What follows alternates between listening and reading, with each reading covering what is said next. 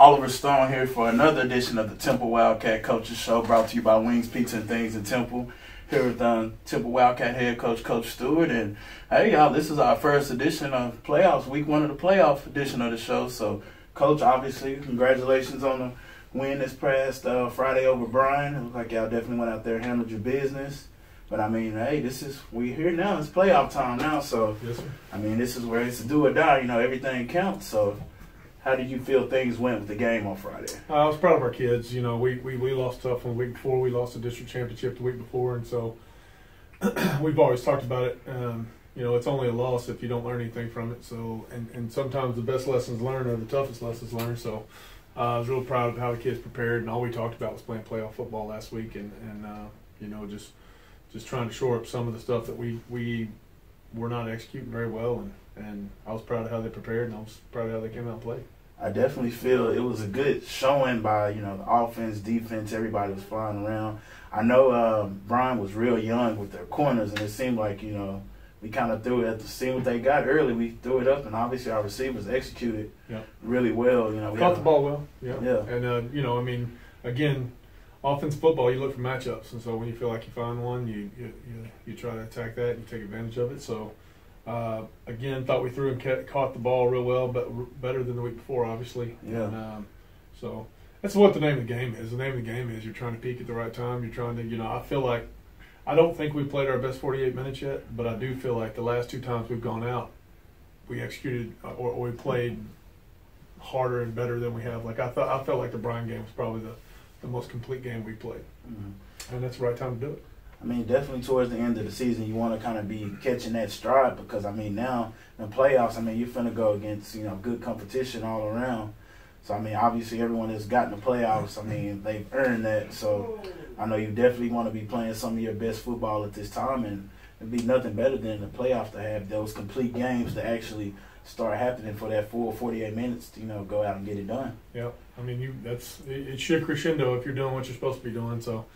You're right. There's no slaps left. So I mean, you know, the guys that don't play the game at a very high level, they've already put their stuff up. They're starting off season today or yesterday. So, you know, we've got our hands full with this week, and it'll be if we're, you know, I like the do or die part of playoffs. Yeah. There may not be another Monday. So if we didn't handle what we had to handle yesterday, or if we don't handle what we have to handle today, there won't be another one. You know, so. I mean, you don't want to leave a rock unturned. I mean, this is what you play the game for, to be playing late into November, late into December. I mean, for you to still be in playing football, you know, you're doing something right to still be out there. So got to be something there. So anyway, you know, and again, I think we got to focus on how what we can do, and you know, we try not to ever worry about who's on the other sideline. I mean, because it's not about who's on the other sideline, it's about how good can you get, how well can you execute, and how fundamentally sound can you be on the football field. So, and I feel like another good thing with us pretty much dominating this game for the most part, I mean, your starters got to kind of go out there and get what they need to get done, but obviously get some rest and obviously bring some other guys in who may not get as much playing time all the time. And obviously, I mean, you want to have all cylinders go when the playoffs go, so that's good for them to get some playing time and get out there, you know, get on the field, make some noise, do a little something, because, I mean, you never know what may happen. Right. So you always want to be prepared. We had a lot of guys get some burn the other night. That's a good thing. Like you said, I mean, you're one play away from those guys being starters, so it's nice to be able to get some guys that you know, may not get as much time throughout. I mean, they practice all the time, but you know as well as I do. Yeah, exactly. Game time under the lights is a little bit different. So got some guys some good time, and you know, I was fortunate enough, like you said, to be able to sit a couple of guys and you know, I don't know that rest is the right word because we would have, but they you know, it was nice. It is a team game, and it does take everybody, and some of those guys that don't always get that time on the field, it's nice to be able to get some of that. Definitely, because I mean, like you said, you never know heat of the moment what may happen. You might just get thrown in there, so it's always good to kind of be getting some playing time under those lights, because like me and you both said, it's a whole different monster than, you know, you go through practice and everything until when your number gets called, you got to go out there and perform, you know. Got to get it. So look forward to it. I mean, it'll be fun. This is a fun part of the year, you know, getting close to Thanksgiving and all that kind of stuff. So and it's another thing to note. It's like, you know, some people say, you know, I've talked to people and they say there's so many similarities from kind of, you know, record and kind of, it's kind of like things are just repeating themselves almost to a point. I mean, playing Corsicana once again in the playoffs. And like I said, unfortunately, you know, we lost to College Station, but I'm saying it seems like that could be that catalyst again. You know, I feel like in the back of the mind, that's something I know I would stick with me is the way, you know, we lost that game. It's like we just didn't finish. Right. So I feel like that's going to be something that sticks, and hopefully pushing forward, you know, that's something that everybody's got in the back of their head, like, hey, we don't want that feeling again, you know. That was the first time, and again, I know we're kind of recapping, but that was the first time that I've seen some of our guys. We kind of identified this group as a probably not as mature a group as we've had, and I'm not going to say they're immature, may be a little strong, but I mean, you know, last year I felt like we had some guys that had been through the battles, and it was hard to shake those guys. It was hard to, and this group's a little more goofy. They just are, you know, they play their guts out, but they're a little bit more. Focus is a little bit more of a premium with this group, just because they don't have it naturally. Talking about focus, doing some of that stuff it's a little bit more of a premium with this group. And when you got a group like that, sometimes they don't get the lessons that a loss can teach you. Against College Station, for the first time, I saw like a kind of a quiet demeanor. That wasn't, you know, after the Midway game, there was a bunch of emotion. There was a bunch of, you know, kids kicking the turf. I mean, that kind of emotion, that kind of frustration, sometimes that's just feelings. You know, and at the end of your feelings is nothing. We talk about that all the time. There's nothing at the end of it. You can throw a teetotal fit. At the end of it, there's nothing. There ain't nothing there. So for the first time, I saw kind of that quiet, you know, like just inverted demeanor where they were really, really, really trying to process that lack of success. To me, that's when you got a chance, you know, and that's saw a different preparation kind of, you know, and then we've always prepared well. I feel like we've always prepared well. You know, I don't think we're ever unprepared to be on a football field, but I did see it go up a notch the week of Brian. You know, I did see it kind of, there was more focus. There was more, you know, urgency, I guess would be a good word. And that's what you have to have when you get in the playoff season, because like I said, every step you take could lead to or attribute to the end of your season, and some of them the end of their career. So I mean, you know, it's some of those seniors they'll never play again. So I mean, it's like, okay, go half stepping if you want to, but just realize what the cost is. Don't be crying and carrying on at the end of the game if that's the case. That's my deal. Well, y'all heard it there. I mean, you gotta have a sense of urgency, because I mean, like we said, it's do or die time, and it's the playoffs, and everybody wants to be here. Not everybody is privileged to have that chance. So, after the break, we'll come back and talk to Coach Stewart about our test with the Corsicana Tigers this week. Welcome back to the Temple Wildcat Coaches Show, brought to you by Wings Pizza and Things in Temple. Back here with Temple Wildcat head coach, Coach Stewart, and we're back to talk about the Corsicana Tigers, who will be facing once again, as we did last year. And Coach, how are they looking this year? Yeah, they're good. They're real good. They're a better football club than they were a year ago. You know, they got a lot of kids back. Felt like we had a decent matchup last year with our D-line versus their O-line, and I think they would probably agree with you there. I think Coach Hoffman would probably agree with you there. And this year they're a lot bigger, and you know, we don't have the same guys. I mean, when you graduate 3 out of 4 starters and off of a state championship team or a state championship caliber team, you know, you're going to have. I'm really proud of our guys. I love our guys, but we're just probably not as talented as we were on the D-line a year ago. I don't think anybody would argue with that. So, you know, that's going to be more of a critical matchup right there for us. You know, they're really good. They're really well coached. They do 1,000 things on offense, and the quarterback is a coach's son, the head coach's son. So I mean, he is a straight running baller. He started last year as a sophomore, and you know what that looks like. I mean, you know, as a sophomore, he was a really good football player, but when you start 11 games as a sophomore, and then you come back, and now this will be his 11th game as a junior, I mean, he's getting into that mode where there ain't much you're going to show him that's going to rattle his cage. So he's turned into a special athlete of his own, and so, you know, he's going to be tough to deal with. A real fast kid, you know, makes good decisions. Runs the offense extremely well. You know, he doesn't need to. What you end up there when you get that kind of experience, especially a coach's kid, is you're going to have a coach on the field, which is not fun to play against. So, and you know, me being a defensive guy, that's kind of where I spend my time. Defensively, they're really fast. I know this. I went to a regional track meet and saw Corsicana, you know, running everybody off the track. They got some team speed and they move around well. So, And there's the familiarity. I mean, I like matching up people. I like going against people we've never gone against before, just because of the you know, the unfamiliarity of playing an opponent. I feel like what we do in offense and defense can be tough to deal with on 3 days' notice, but they've seen it before. So there's not going to be any surprises. There's not going to be. It's going to be whoever executes the best. So we definitely sounds like we got us another dual threader. Oh yeah. In our hands. Yeah, he throws it, and you know, some kids.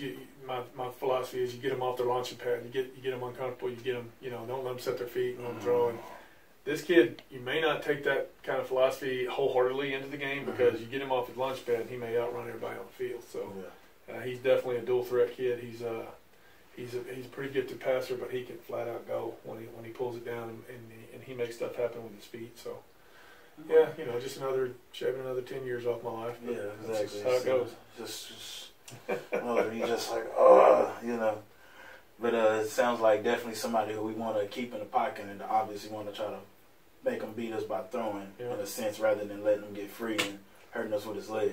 Right, and they do, and it's not just the passing stuff off. They do the dual read. You know, they read everything. They run, you know, counter read, zone read, all that kind of power read. If he likes what he sees, he's going to yank it, and then you better have somebody there. You better have more than one, and you probably want to try to get him on the ground before he gets to fourth and fifth year. So basically, something where that DN may be on the island, you know. Yeah, that's fun. Yeah. So. I know that was always the worst, as being a player, when you know you got one of those guys, and trust me, I've been in those situations before. I remember one of my last games in the playoffs, we had a quarterback like that, and our defense was designed. This D tackle goes quarterback, this D tackle goes running back. But sometimes it was just the way it went. It was so just tempting to want to go here. You're like, oh, no. And he's well, he's the kind of kid, if you make a mistake and if you get tempted, even if you don't take it, if you just step out of, he's one of those kids that if you kind of get out of your way, if you just kind of squeeze too far, even though you may not be taking that running back, if you squeeze too far, he's out the gate. Yeah. So, he's a fun kid to watch. It sucks to play against him, but it's fun it's fun to watch coaches' kids. I've got a son of my own that's in 5th grade, so one of these days, God willing, maybe he has some kind of chance to do some of that. It's pretty cool. My dad got to coach me, and he said it's one of the coolest things ever. So, Coach Hoffman's a good dude. Talked to him quite a bit over the last 2 years, and they do a really, really good job of coaching these kids. The kids play hard, so I have the utmost respect for him, and to watch him. It's got to be special for him to watch his boy kind of come into a dude that it's tough to deal with. I mean, that kid is a tough kid to plan for, because he's got so much X factor. There's only so many schemes you can put together to try to thwart that. I mean, you can do everything right and he'll still get you. Yeah. I've seen him against Nacogdoches, against Ennis, against some of those guys. I mean, they got him dead to rights, and still find a way out of it. So the magic man. The magic man. Yeah, back to what you're saying as far as, being a coach's son, I can only imagine, hopefully, you may get that chance potentially, he says in 5th grade, so maybe if you're still around these parts, if they'll keep me long enough, I can, I can only imagine that feeling of, your childhood, you seen from here, and then just out here making plays, and obviously, you don't want to be too overhyped about it, but at the same time, I'll tell you this, my dad's kind of a wooden Indian kind of guy. He don't show a whole lot of emotion, but he's told me on several occasions that he's seen the coolest thing he's done in his professional career was get to coach his kid. So, and I never saw it as a player, because you can't. I mean, he was always the guy that said I had to call him coach at the office, and I get that. Exactly. I mean, my son will do the same thing. But it was, I can imagine as my son's growing, see my son's a ball boy for us now, and it's cool just to see him out there and doing his thing. And so I can't even imagine what it'd be like if he was out there running around downfield, nobody can tackle him. So, but again, it's a pretty cool concept. And like I said, when you go against somebody that obviously is very, very high caliber person, very, very honorable person. Coach Hoffman has been nothing but respectful and nothing but all I hear about him is how good of a guy he is, and I see that part of it. So it's pretty cool to see that. So it'll be a tough matchup. Okay. Well, I mean, it sounds like, we got our hands full, but, I mean, this is playoff time. This is what you expect. I mean, I don't think there's going to be any just cakewalks coming through the door, I mean. Well, I mean, we pulled away from them a little bit last year, but I mean, it was a close game for a long time. They had 3 picks in the first half. I mean, their defense flies around. So it ain't like we just went up there and just slapped them around, and they just didn't take it. I mean, they're a good football. They were a good football team last year, and we got fortunate, second part of the second half of that game, but it ain't like we just walked up there and threw our jocks on the field and they ran off the field crying. I mean, they're going to come up, they're going to try to hit. They will hit us in the mouth, and we're going to have a good plan. We're going to have to execute. All right, well, y'all heard it there. Like I said, we're going to have our hands full, and I mean, what else would you expect in the playoffs? This is what you do it for, do or die. So we should have, like I said, have our hands full with the Corsicana Tigers. But after the break, I'll be back with Coach Farrell. And welcome back to the Temple Wildcat Coaches Show, brought to you by Wings, Pizza, and Things in Temple. I'm back here with the defensive mastermind behind the Temple Wildcats, Coach Farrell here. And obviously, congrats on the win this past Friday, Coach. And obviously, like I said, it's playoff time now, do or die time. And I know everybody's excited. We got the Corsicana Tigers again, who we actually played last year. Mm-hmm. But back before we start to get on Corsicana, I just want to talk about how do you guys feel like you performed as a defense this past Friday? It was a good, solid week. Kept momentum. The big thing about last week was we want to continue to gain momentum and keep the ball rolling in the right direction. Kids played fast, tackled really well. Couple mistakes, things that we've got to fix, but that'll always be there. But they got the job done. Yeah, I feel like, coming off the loss the previous week, you obviously wanted to come into the playoffs on a high note. And I feel like I was talking to Coach Stewart. This is probably one of the more complete games y'all played throughout, offense, defense, special teams, the works. So I feel like, it's definitely a high note, hopefully something to continue pushing on as we get into the playoffs because, all those little things are going to be key now. One little slight mess up could have you hanging up the pad. So I feel like that's definitely key going forward here. So, and I feel like you definitely saw a lot of good work out of our defensive line, everything Brown was doing. That's like Robert Jackson and them were really we got really good players, got good coaches. Our defensive linemen play really well. Our D-line coaches do a great job and kind of just fits together and makes everybody else's life a lot easier. I feel, coming into the season, I feel like obviously with him being, preseason All-State player and whatnot, a lot of eyes on him. But throughout the season, we've seen a lot of other guys, kind of step up and let their name get into a notable role as well.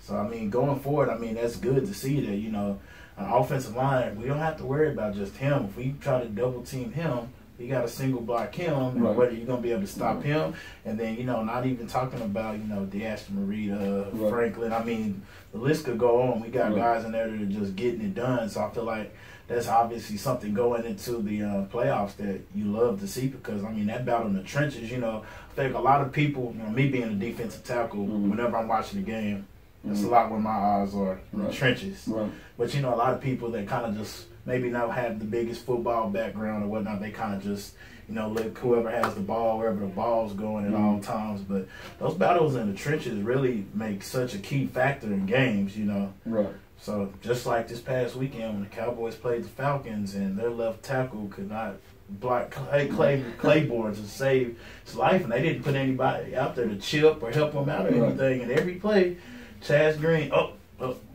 like when your guy has 6 sacks in an NFL game, it just shows you, hey.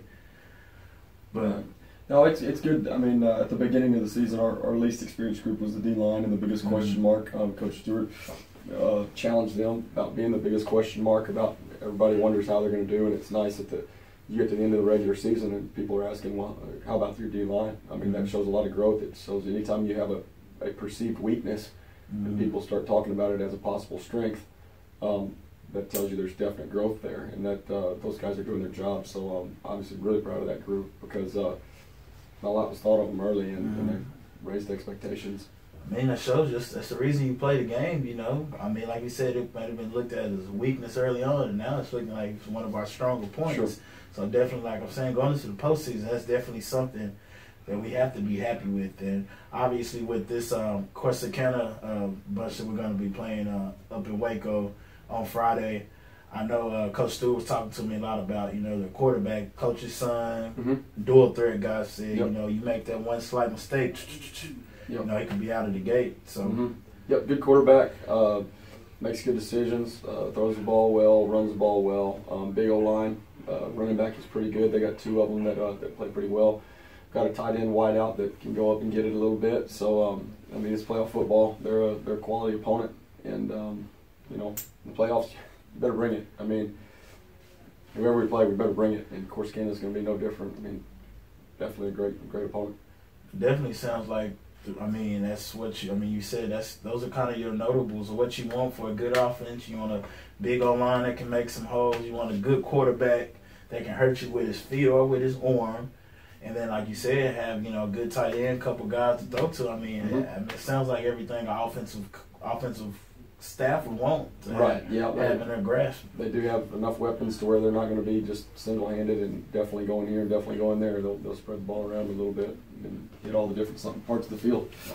So, I mean, like I said, that's definitely something. I mean, we want to take care of, and obviously, with it being, like I said, it's playoff time. I mean, this is do or die, so I feel like that kind of gives you guys a little extra fire. Like, hey, if we don't go get out here and get it done, I mean, we'll be hanging up our stuff, and I feel like that Temple tradition, I mean, this is when we expect to be playing football, late November into December, and everybody else is hanging them up and everybody's joining the basketball team or whatever else they got going on. And then obviously, these seniors, y'all lose. I mean, some of these guys, this will be their last time putting on a pad. Not everybody's going to be, blessed to have the opportunity to go to college or play. So sure. I mean, Temple's a great place, and the expectations are that we're here. And the other thing, I mean, Coach Stewart has a concrete process that's in place for the playoffs, and to help eliminate some of those distractions and eliminate some of the overexcitement or the increased worry or all the other psychological elements that come into the playoffs. There's a system in place here. It's a great system. I'm excited to be a part of it, to learn more of it, but you can see why these kids have success, and the more that we get them to buy into it, the better the odds that we continue to have success. Yeah, I feel like, I mean, we're so used to this playoff tradition, but obviously we know it starts somewhere. There's a foundation that's been built here. Sure. And obviously, these guys who have been around, these seniors who may not, some of them are kind of just now getting that spotlight and getting put into that role. You've been here through the years of going to state and feeling that disappointment, losing in the playoffs and feeling that disappointment. And obviously, I feel like all of that's got to just be fired to, want to get there and get the job done. And that's it. It's all outside feelings. It's all perception, all those things. And one of the big things is eliminating distractions, identifying obstacles, and all of the different feelings and all the different, hearsay from outside and all this other stuff. Those are things that you have to identify, and a lot of them you have to eliminate. And the things that are good, you have to use to fuel your fire, and just want to keep what keeps you going and block out what's not. All right, well, y'all heard it there from Coach Farrell. We got all the obstacles, distractions we got to put to the side. And our first obstacle to get over this week will be the Corsicana Tigers. They'll be playing up at Waco ISD Stadium, where we played University earlier in the year. Kickoff will begin at 7:30 p.m. against the Corsicana Tigers. And we need everybody to travel. I mean, it's playoff time. We need to have us a blue presence there. I mean, they're blue too, but, the Temple blue to come blue out the stadium. And if you need to get a K-Rock 1017 shirt for the game, come see us at Wings Pizza and Things in Temple for the Wildcat lunch from 12 p.m. to 1 p.m. on this coming Friday. And then if you can't make the trip to Waco ISD Stadium for the game, you can catch it at K-Rock 1017 FM on your radio dial at 1017. Pre-game show, the extended pre-game show this week will begin at 6:30 p.m. and kickoff will begin at 7:30 p.m. And then if you can't get that on the radio dial, you can definitely stream it from krock1017fm.com on your online or on the K-Rock 1017 FM mobile app, which you can download on all your mobile devices, Android, your Google Play, your iPhone, your Apple App Store, the K-Rock 1017 app, and stream the game from there. And it's brought to you by Wings Pizza and Things. Good luck this week, Coach, or go Cats. Thank you. Yes, sir. Appreciate you. Yes, sir.